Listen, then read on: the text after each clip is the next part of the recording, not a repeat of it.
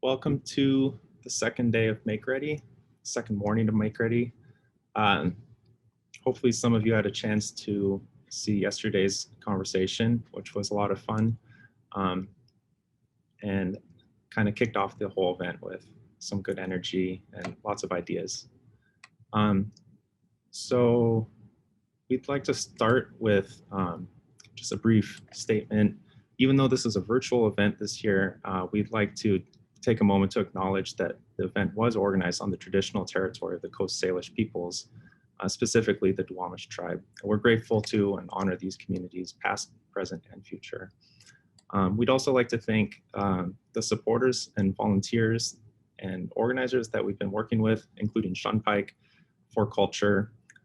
Thanks to everybody who's donated to us directly through Give Big and in other ways, and to Short Run Comics and Arts Festival for their support, as well as Julia Powers for assistance these next few weeks, and to Hart Boyd, who's helping us moderate things as well. Real briefly, we just want to let you know that the session is being recorded and screen captured, so if you don't want to appear on video or in screenshots, please feel free to turn off your camera or to change your display name. Please be respectful of the participants' work and time, and do not record or screenshot anything without notification or consent. And please mute yourself while you're not speaking as well. If you need live captions, they are available, and I'm about to turn them on because I did not yet. Let's see. Now you should be able to read what I'm saying. Today is the second day of our first themed weekend before a book.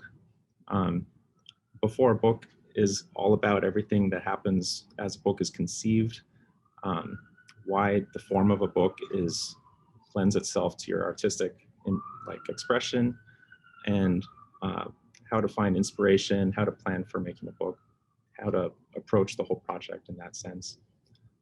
So this second day is full of all sorts of different studio visits and a workshop this afternoon that is going to be kind of directed towards that theme, but I'm sure the conversation will kind of meander all over the place as well.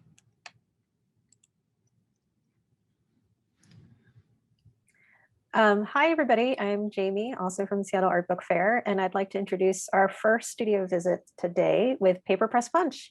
Paper Press Punch is a small Risograph print and book studio run by artists Jessica Hoffman and Justin Quinlan. Their community-focused studio offers artists the opportunity to learn all about the quirkiness of the Risograph duplicator through workshops, open studio hours, and Zine of the Month Club. They've worked with tons of folks here locally, such as Short Run Seattle, which thank you so much to Short Run for co-sponsoring this studio visit, Foundry 10, yəhaw Collective, Mount Analogue, Soil Gallery, Henry Art Gallery, and many other local organizations to produce unique books and prints. Take it away, Paper Press Punch. Hi, everybody. Thank you so much for having us here. We are really excited to be a part of Seattle Art Book Fair. We've been looking forward to this for a really long time, since, well, last year. And now this year to be a part of this virtual event is really exciting for us. So we are Paper Press Punch. I'm Jessica Hoffman. And I'm Justin Quinlan. We are both artists in our own right, and then we also run the studio that we've been doing for, I don't know, six years now. So we'll just introduce ourselves briefly, and then we'll get into our studio visit. So as I said, my name is Jessica. I come from a book arts and printmaking background along with photography, and have sort of merged all of my interests with photography and book arts and printmaking into risograph printing, which once I discovered that I could merge all of those interests into one amazing duplicator press, my whole world changed. So Justin and I co-run Paper Press Punch. I also teach photography at Seattle Central College and South Seattle College, and book arts at Pratt Fine Arts Center. And that's a sort of a brief about me. And I'm Justin, and that is our toddler Arlo in the background yelling. Okay, sorry, pal. His official name is Power Ranger. I come mostly from like a comic art background. When we moved here, I just mostly met comic artists when I was trying to find, you know, my people after first getting here, and got involved in the local comic scene, which is very vibrant. You know, Risograph is pretty big in like an indie comic scene, and to be honest, like when the Cold Cube guys got their Riso, we were like, whoa, that is really cool. We want to do something like that. How do we do something like that? And we had always talked about having a print shop someday. We didn't really have a plan, and then we found the Riso for sale and kind of like jumped in. Yeah, that's kind of how we ended up here. That was in 2015, I think, when we got our first Risograph. So the studio that we're in, our studio is located in Georgetown, in the Georgetown neighborhood. We are in the historic Old Rainier Brewing plant. We're right on Airport Way. It's this big, beautiful brick building. And the studio that we're in now, originally I was working for a letterpress printer, making greeting cards all day long. And it was like a fantastic job. And they expanded their studio and they had some extra space. And we had just gotten our first Risograph, and it was in our kitchen, which was the least ideal space for many reasons, but one of them being that our cat would hide under the bed like every time we'd go to print because they're kind of loud. So they offered to like sublease some space for us at in their letterpress studio, and it was perfect. And it was sort of the first kind of like, okay, I think we can do this. Like, let's start to do something. And you know, we were already involved with Short Run Seattle, and they asked us to print a book for them called Red Eye. And that was our first book that we produced on the Risograph. And it was super fun. And we learned a lot doing that. And then we decided to just kind of, hey, maybe we can turn this into something a little bit bigger, and started offering print services mostly to friends, and then just kind of got the word out a little bit. We did a workshop with Short Run Seattle. And after that workshop, we got really excited and we were like, oh, wait, I think maybe we should do this. So we started kind of planning for how to do workshops in our space. And the letterpress studio closed. We kind of took that as an opportunity to expand our space. So we, you know, took over most of it, and we've been in this studio now for 3 years, and we're just signing a lease for 3 more years in this space. We started workshops in 2017. Yeah. I think in 2017 was when we first started doing our workshops, with the idea that we wanted to run a community print space. Risographs are really amazing, but not everybody has the space or the money to invest in something like this. So our idea was, well, if we hold these workshops, then people that take the workshops can then come into our studio and print for open studio hours. And we'll really make this like a community space. So I'm gonna do a little studio tour here of our space as much as I can. Okay, so these are our windows that look right onto Airport Way. It's pretty convenient because the windows are right at street level. And here's our wall of prints. And we're gonna show you a little bit how the Riso kind of operates towards the end of our studio visit. So this one is our 2-color MZ1090. We use that one for all of the job printing that we do. And then This one is our GR3750. It was our second Risograph that we got. It's a single color, and this is the one that we use for open studio hours and for workshops. So we're going to be expanding our programming a little bit coming up. Like I said, we just signed a 3-year lease, and we're super excited for what the future holds. One of the things is we have this little zine library that we're going to have that hopefully we'll be able to open to the public soon, someday. Let's see, that is our toddler, who, if you come into our studio, you might see. So we share our studio space also with Short Run Seattle. And part of our new expansion for the next 3 years is that Short Run is going to take over this wall here. And they're going to have a little gallery space, which is going to be really awesome. We also share studio with another Riso press in Seattle, Travis Ramareim, who runs Hocus Pocus Press, which has been really great because we have the same model Risograph, so we can share all of our drums and inks and knowledge and paper. And we also have all of this binding equipment. We have a booklet maker, coil binder, and a paper folder. So I'm showing you those things so that you can get an idea of our studio space, and to also tell you all that part of what we're doing for the next 3 years is we are going to be doing a more robust studio rental, which means that we will have space for 2 interested folks who need to have a table, like a workspace, who also want to print on their own. So we're starting a new studio rental program for key holders. So we'll have 2 key holders.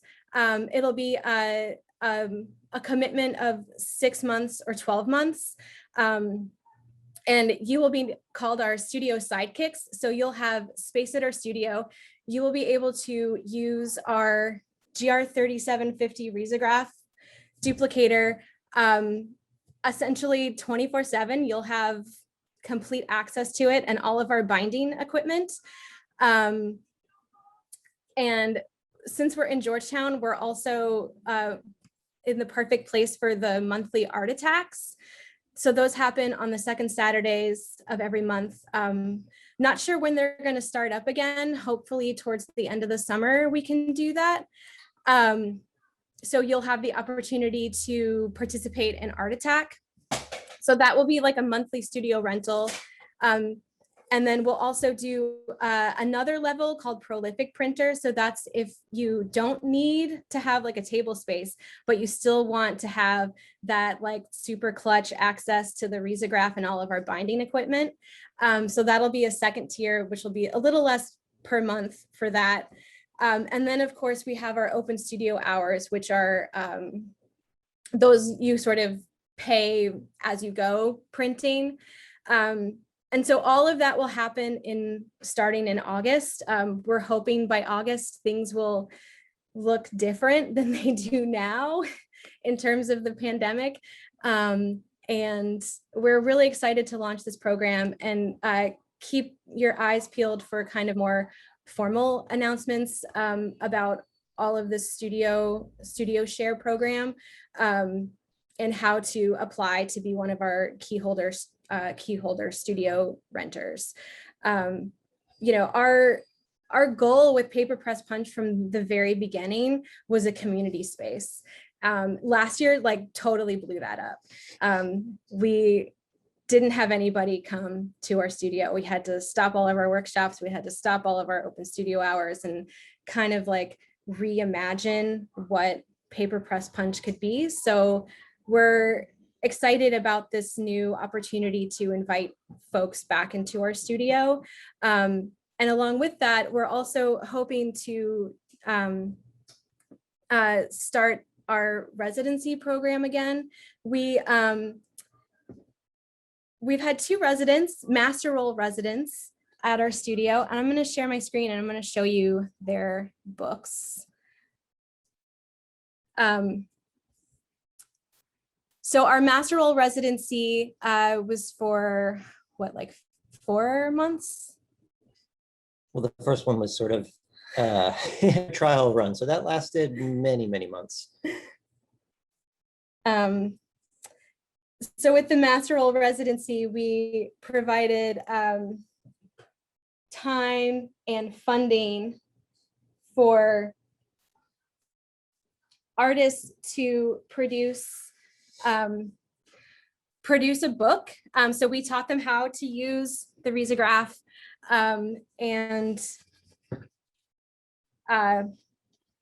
they kind of got to do whatever they wanted with it. And it was like better than we ever could have imagined.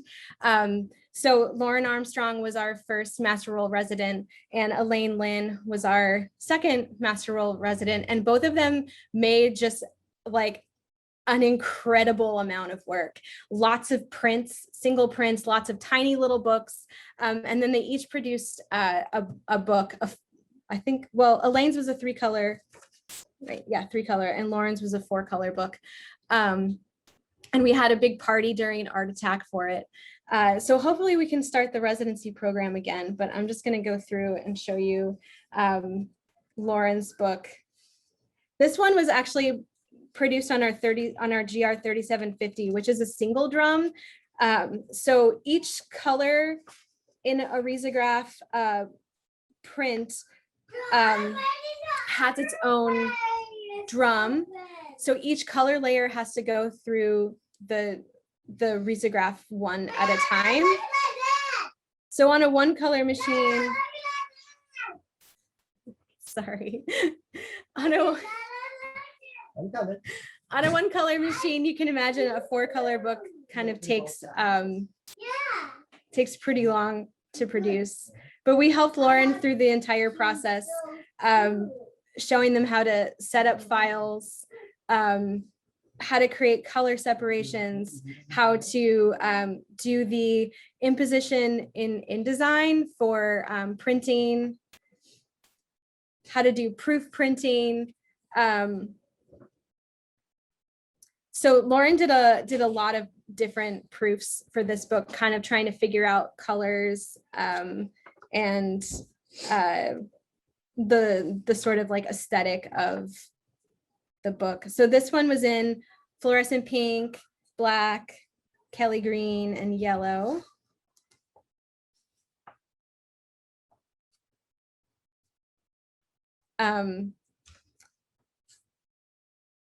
A super fun book about a gator gang, a high school gator gang.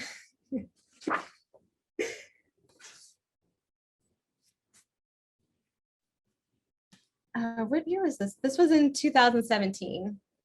And then Elaine Lynn was our second master role resident in 2019.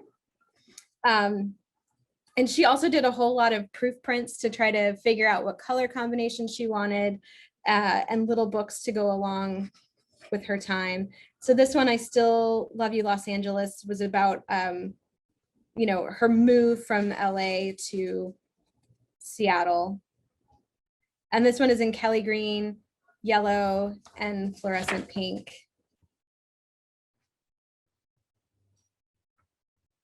So you can see these really like amazing orange, fluorescent orange colors with the yellow and the pink.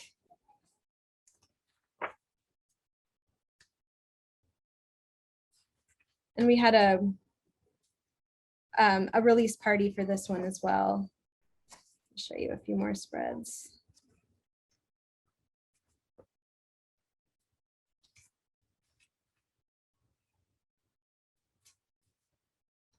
Her Takis and red wine.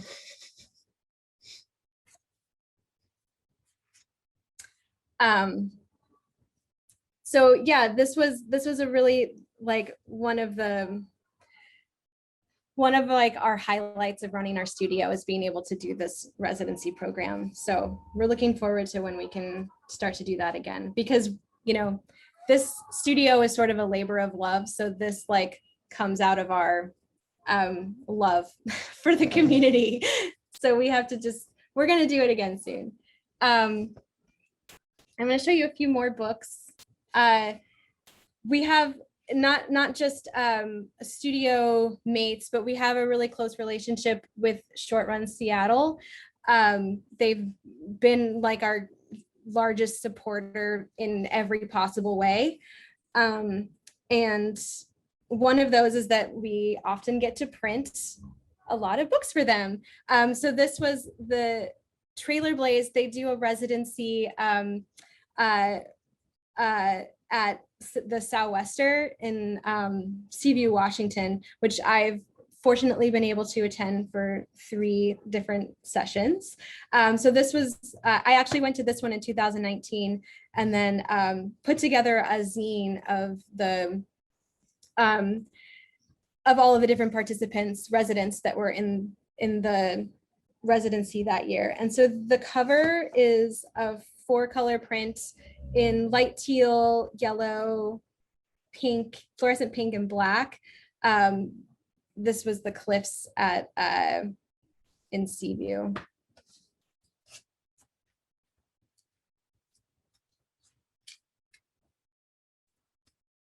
So each artist had their own spread with an example of one of their books. So this one was done in burgundy, sunflower, blue,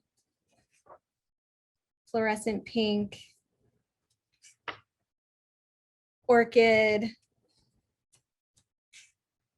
Kelly green, and black. And then the little bios up here from each artist in light teal. So here's where I get to show off my like love for photography is with Riso printing, which doesn't always, it's not a perfect representation of photographs, but it's what I really love about it, is that it's kind of funky and kind of blurry and kind of just, I don't know, nostalgic in a way. And I'll show you one of my books, which is all photographs. This was sort of a book about my relationship with my son and the sort of like transition to parenthood. So these are all little collaborations, again, from photographs. So this is sunflower and blue. These are cyanotypes that I made of sunrise and sunset from the first week that I spent away from him. These are photographs of things that Arlo used to hand me things at the playground and say thank you, and then direct me to the trash can to throw them away. So it was often trash, sometimes bits of flowers. And these ones are in fluorescent pink and orchid. And these are all photographs of other people named Jessica Hoffman that I found on the internet. It's a rather common name.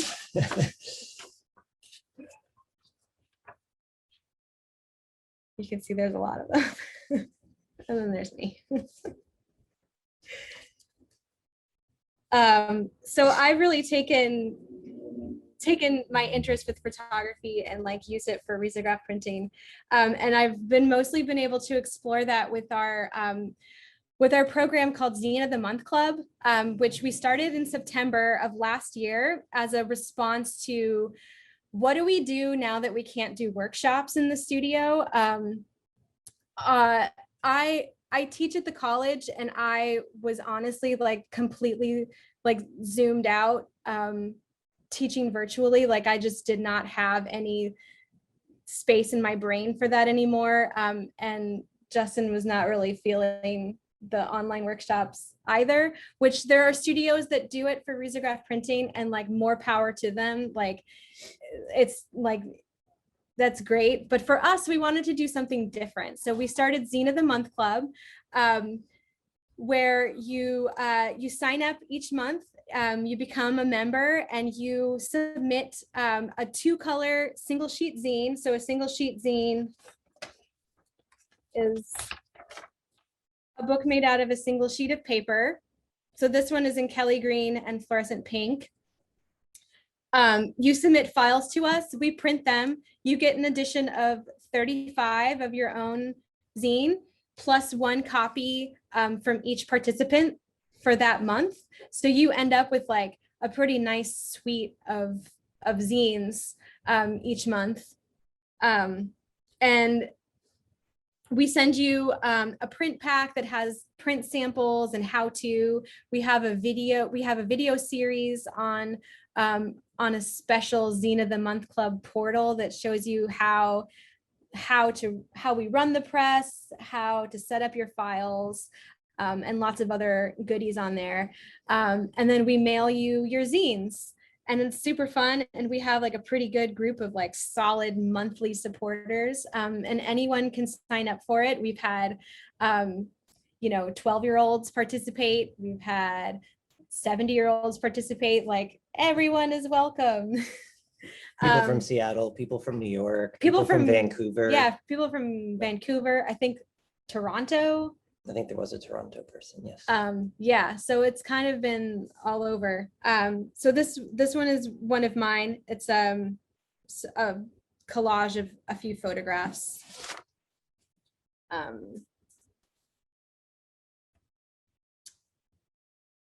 you go.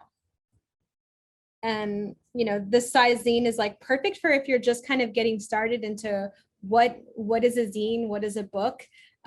It's just 8 pages, including a front and back cover. We provide templates, and like I said, like how to set up a file for that. You want to show yours? Sure.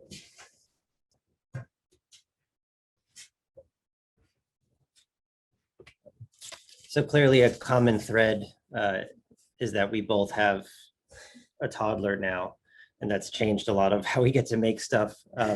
So this is one of my Zine of the Month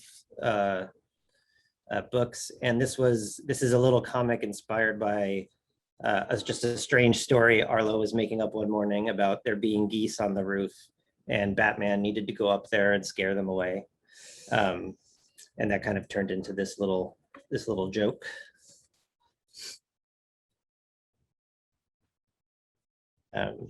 Zine of the Month Club has been great for me to stay somewhat motivated during the pandemic, and try a bunch of different types of drawing and putting books together in ways that I hadn't really done before, which has been super fun.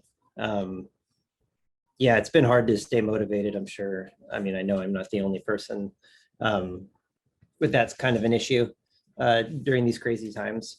Here's another one I did. Kind of just playing with a cat character I have, and playing with words a little bit. Oh, the Batman comic was black and blue on yellow paper. What is this, orchid and light lime? Blue. Oh, blue, sorry, I'm colorblind. So yeah, Jess tends to give me a hand when it comes to printing really complicated prints.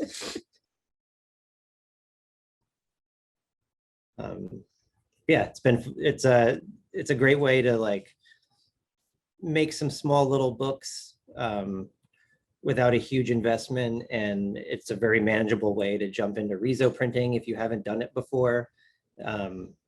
And it feels great. You get your little book, you get everyone else's books, and you have your own little zine library. Yeah, you end up with a whole collection of zines. Yeah, so I'll just flip through a bunch of these from some various artists over the last few months. This one, I think this one was from the first batch from September, right? I think so, yeah.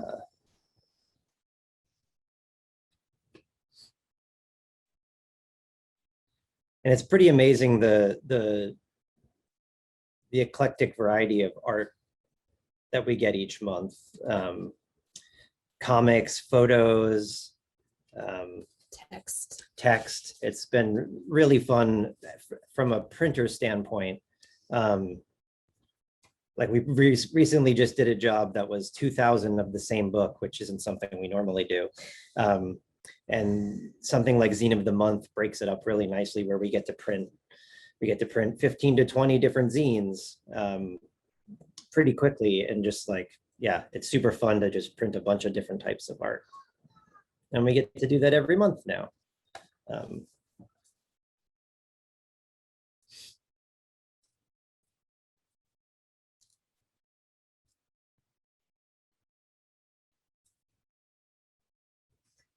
Yeah, it's been like a good challenge for us also, like has, you know, for sure made us like better printers, and like it has inspired our own work as well to see what the possibilities are.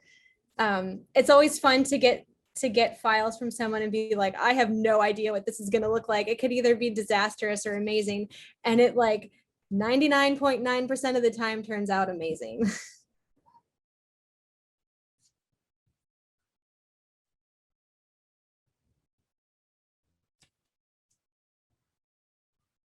The title of this one kills me.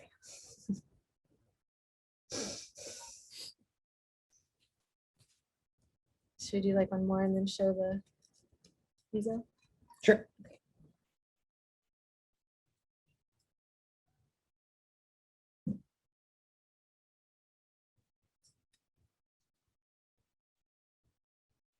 Right. So now we'll show you like a quick little Riso demo. We won't go through the whole process, but we'll show you a little bit of it.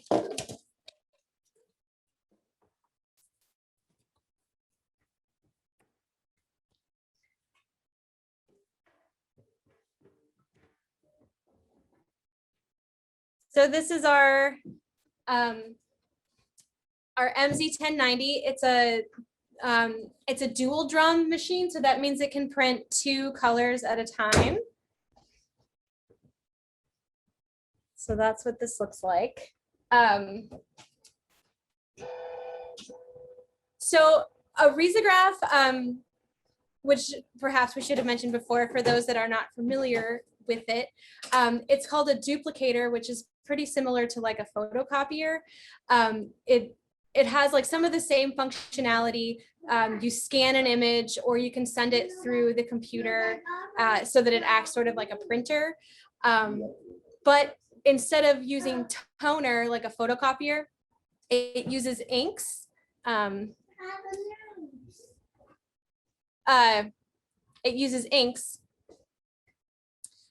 Which makes it, you know, toner is like really terrible for the environment.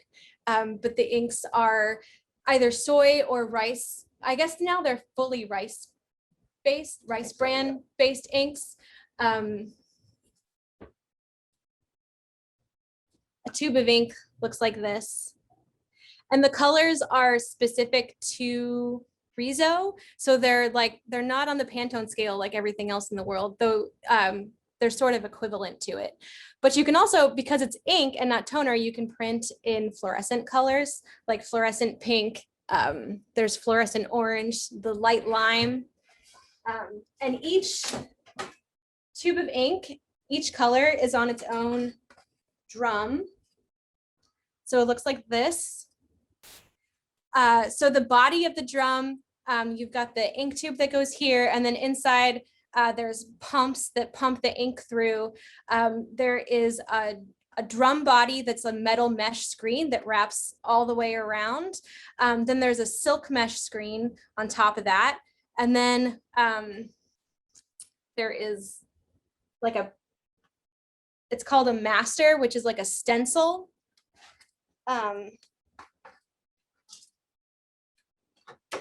So when your image is scanned either on the glass bed scanner or sent through the computer, it creates a stencil on the master screen. So all the ink gets pushed through the 2 layers of the metal and the mesh screen, and then through the stencil. The drum itself rotates, so the paper goes flat and the drum will rotate over the paper, and there's, you know, rollers on the inside that push the paper through. So each color is scanned separately on to its own drum. And then from there, it works a lot like a photocopier. So it has the paper feed tray and then the paper receiving tray. So I'm gonna run it.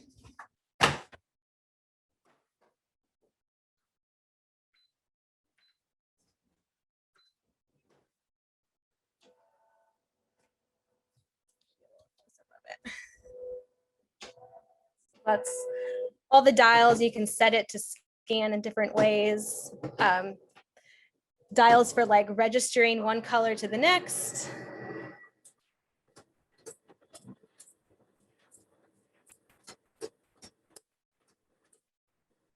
Then it comes out. And like every other printmaking method, the setup takes forever and the printing takes like 2 minutes and then it's done.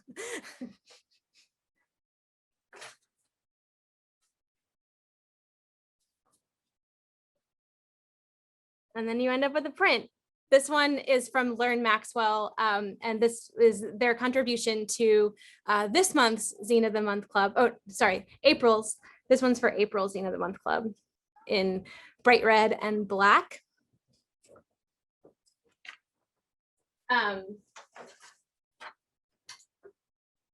So that's the little quick print demo.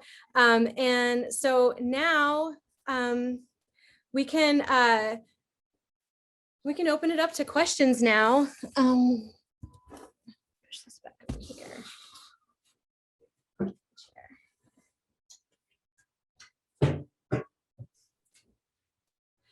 Does the ink dry right away? It does not. So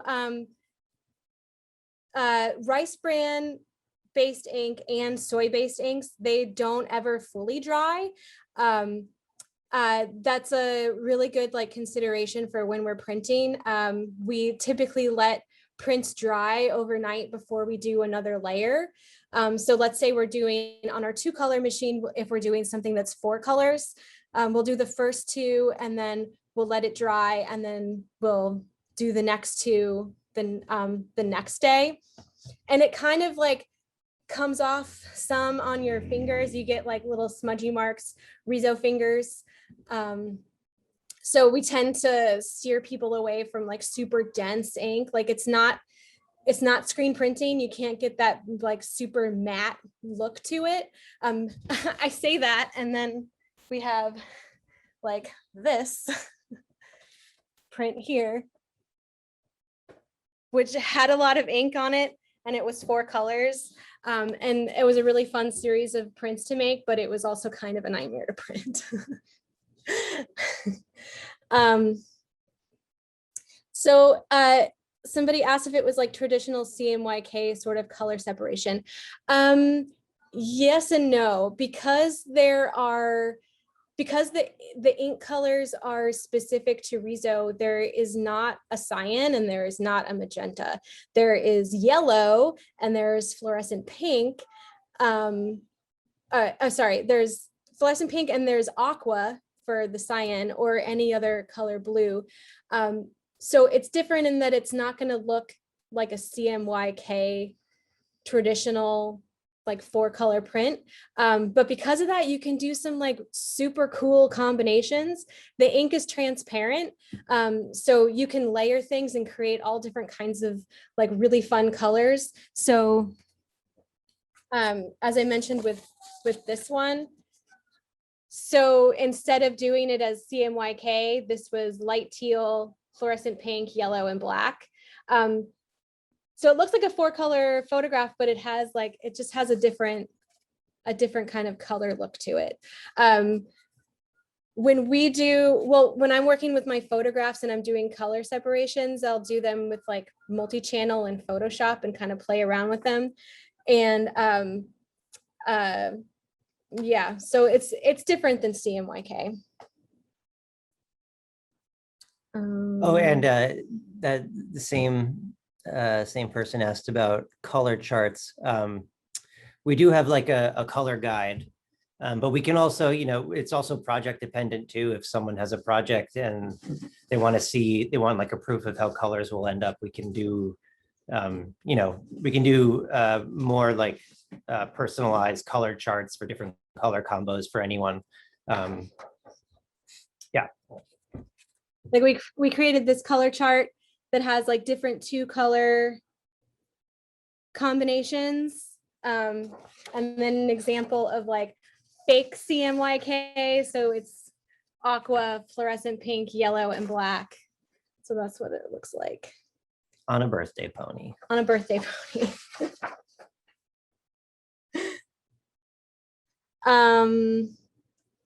Have we worked with the colors enough to know what will happen? Did you already answer that? Sort of. Okay. Yes, we sort of know, but we do a lot of testing before we like, especially with 4 colors. We'll probably spend like a whole day doing like proof printing for that. What kind of paper are we using, and have we tried washi? We do have a house paper that we use. It's the first thing that we offer anyone that wants to print with us. We print on Domtar Cougar, 70-pound text and 65-pound cover for books. It's the most readily available, least expensive, but still really nice paper. Riso does not like coated paper. It doesn't work with coated paper, and probably like 20-pound bond, so like copy paper, is the safest, thinnest paper that can run through. That doesn't mean that people haven't done thinner paper. And 80-pound cover is like the thickest paper that we print on. I have not tried washi paper, but I do know of other Riso folks that have printed on washi paper and have had some success after a lot of trial and error. Yeah, and we've printed on a variety of papers, like based on what project needs were. We printed on a lot of different French papers. French pop tone tends to be, is that French, right? Yeah. Tends to be pretty popular. There's a French construction paper that we printed on quite a bit. We don't really use Mohawk too much anymore, but we used to use a lot of Mohawk via vellum. And that was a pretty good paper too. But yeah, we have like a big box of paper samples from all the different paper suppliers and paper houses. Yeah. For anyone that's thinking of projects, they can come through and take a look at all the different papers you could potentially purchase. Yeah. Yes, anyone who wants, someone asked if we're inviting new people to be part of Zine of the Month Club. It's open every month for whoever wants to join. I'm gonna put the Zine of the Month Club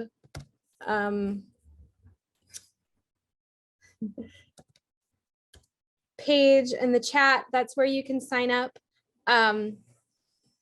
So your first time that you sign up, you get a print pack in the mail. We'll send it to you after you sign up. We close it for the month after on the 15th. So like today would be the last day to sign up for May's Zine of the Month Club. The registration is still open. If you sign up after the 15th, then we bump you to the next month. And yeah, anyone can sign up for it at all. And to contact us, I'm going to put our email in the chat as well.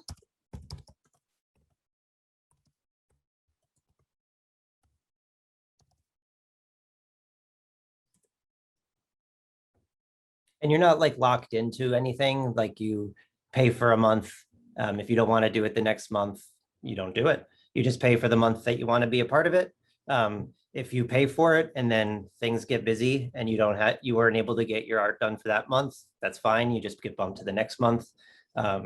We try to keep it as like loose as possible because, you know, our schedules are crazy. Everyone's schedules are crazy. We just want everyone to make some cool stuff and, you know, not be stressed about it. Yeah. And we have, once you're in the Zine of the Month Club, we also have a Discord server that we've set up for our Zonk members. And it's been a really fun way for folks to share like the things that they're making in progress, or just like any other tips that they find about it, or to like, some people also just chat.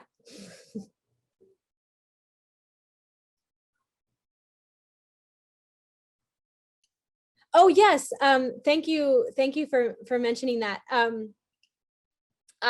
There are going to be some more Riso things with this Makeready weekend, or next few, like all of these sessions. There's going to be lots more Riso stuff. Amelia, who runs Amelia Greenhall, who she actually started as one of our studio renters. And when we had to close our studio last year, she got herself a Riso and has been learning how to run it. And it's been super exciting to watch what she's doing. She's developed this app called Spectralite for those that don't want to use Adobe products, so that you can do your own separations and your own file impositions for creating books. And so she's doing a workshop. And so she'll like she's going to do a whole demo on how this app works. And it's like, we send it out to everyone in our Zine of the Month Club, you know, because lots of people don't have Adobe. So we're like, here, use this because it's super amazing. And yeah, Cold Cube is going to have a studio visit as well. They're friends of ours, and as Justin mentioned in the beginning, like the inspiration that we had at the very beginning to like do this ourselves. It's the Riso community, the book community, the comics community in Seattle is so like supportive of each other. Like it's just, yeah, I don't know how many times where we like ran out of ink in the middle of printing a book like the day before short run or something, and we had to like text Mike from Cold Cube, do you have a tube of corn flour? We're in a bind. And yeah, it's great. And we're all doing like pretty different stuff, even though we're using the same equipment. So it's yeah, all in the same city. It's great. Yeah. Great. Any more questions from the crowd? Feel free to unmute yourself if you'd like to talk directly to Paper Press Punch. I have a quick question about the risographs, actually.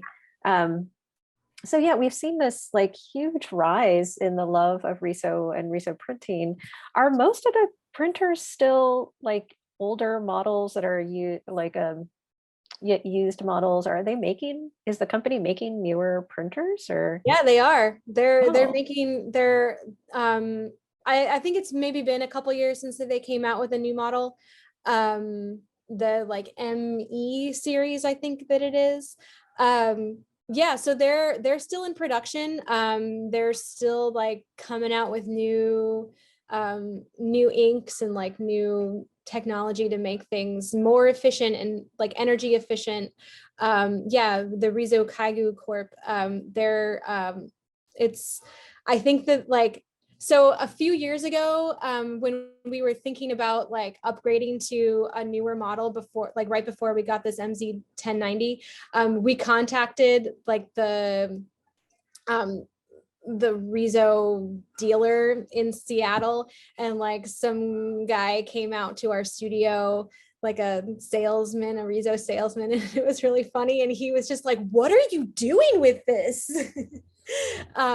And like, we didn't end up like getting a new one. We found one used. And like a few months later, he contacted us and he was like, I just went to like the National Riso Convention and I was talking to all the other salespeople, and they were like, yeah, there's all these artists that are just doing weird stuff on the Riso. So I think that that's sort of like pushed them to like keep going. Yeah, what are non-artists doing with Riso printer? Like just regular office stuff or? Regular office stuff. So I forgot to mention this really funny story real quick. So my mom, when I was a child, my mom was the secretary at our local church. And she made like the church bulletins and like all this other stuff. And she would pay my brother and I like 5 cents a bulletin to like fold it and stuff it. And when we first got our Riso, my mom was like, "Oh, that's how I printed the church bulletins." And she was like, "Yeah, I only ever used black because I hated changing the drums out. It was just too much effort for me." So I think they're still used in like churches and schools because they are more cost effective than photocopiers. Toner is really expensive. I mean, not that the parts of the consumables of Riso aren't either, but per print they're more affordable. Awesome. Any last questions from the crowd before we take a real short break?